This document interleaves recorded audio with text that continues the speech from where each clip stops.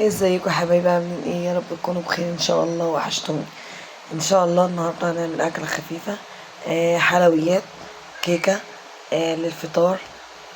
وقت ما انت بتكوني قاعده بالليل كده عايزه تشربيها مع كوبايه شاي جميله.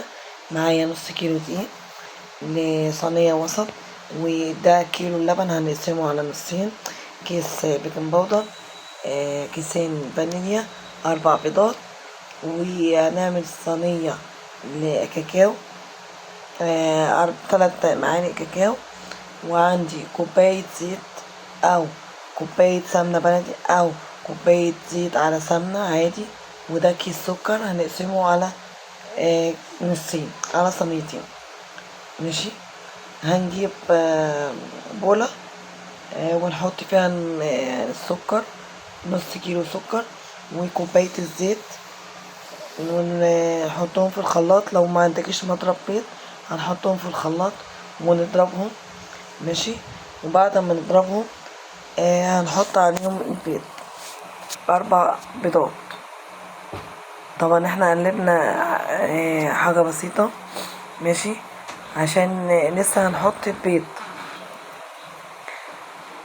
فزي ما حضراتكم شايفين كده، نص كيلو سكر والكوباية الزيت أو كوباية السمنة البلدي أو كوباية سمنة عادي أو كوباية سمنة وزيت على بعض، المتاح عندك حطيه، اللي متوفر عندك في البيت حطيه. وده بعد ما حطيناهم على بعضهم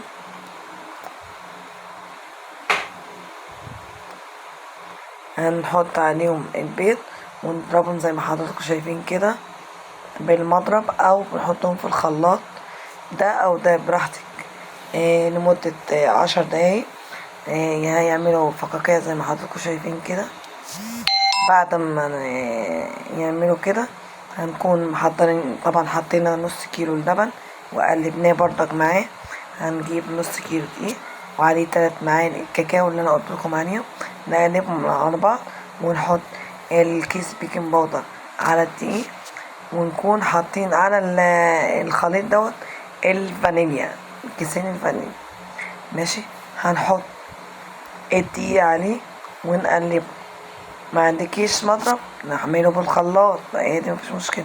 ونجيب صينيه مدهونه ونحط فيها الكاكاو زي ما انتوا شايفين كده. نيجي بقى ونحطها في الفرن. نيجي للكيكه العاديه، نفس الكلام. هتحط الزيت والسكر والبيض مع بعضهم وتقلبيهم وتحط اللبن. بعد ما تحط الحاجات دي تجيبي دقيق محطوط عليه بيكنج باودر برضه، وتروحي حاطاه عليه وتقلبي. بعد ما تقلبي الخليط دوت، طبعا ما تنسيش تحطي فانيليا عشان البيض، زفرة البيض ما يخلوش طعمه مش حلو. هتحطي فانيليا. ماشي. ما عندكيش فانيليا حطي حطي معلقة خل، معلقة خل حلوة برضه. وده الدقيق، نص كيلو دقيق. وزي ما قلت لكم حبايب قلبي، نص كيلو دقيق، نص كيلو لبن، كيس بيكنج باودر، كيسين فانيليا، 4 بيضات، كوباية زيت أو سمنة بلدي أو سمنة عادية. كل ده بيتحط على بعض.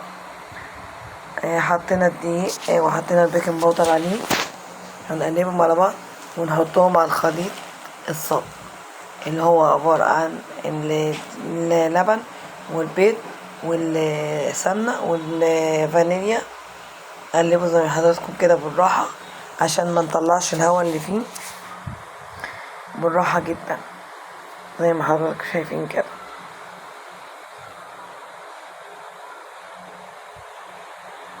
ما تخافيش وانتي بتقلبي، ممكن هتلاقي كتل دقيق، بس مع شوية وانت كل ما تقلبي هتفك الكتل دي او الفقاقيع ديت، وهي هتنعم وهتبقى شكلها حلو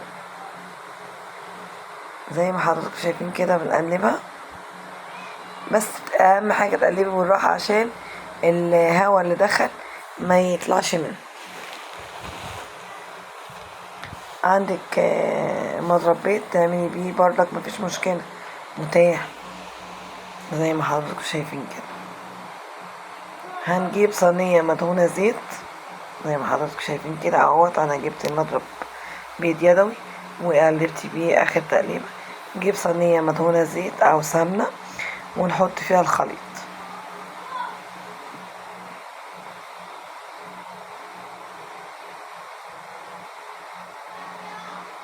زي ما حضراتكم شايفين كده، ونروح طبعا الفرن عملنا فيه، وده الشكل النهائي بتاع الكيكة العادية اللي هي من غير كاكاو السادة. ما شاء الله جميلة جدا، وريحتها كان جايبة آخر الشارع، وطعمها تحفة. واشكركم. وده شكل الكيكة الكاكاو. ماشي، اللي مش عارف ان هي استوت بيجيب خلة زي دي كده، هو يحطها.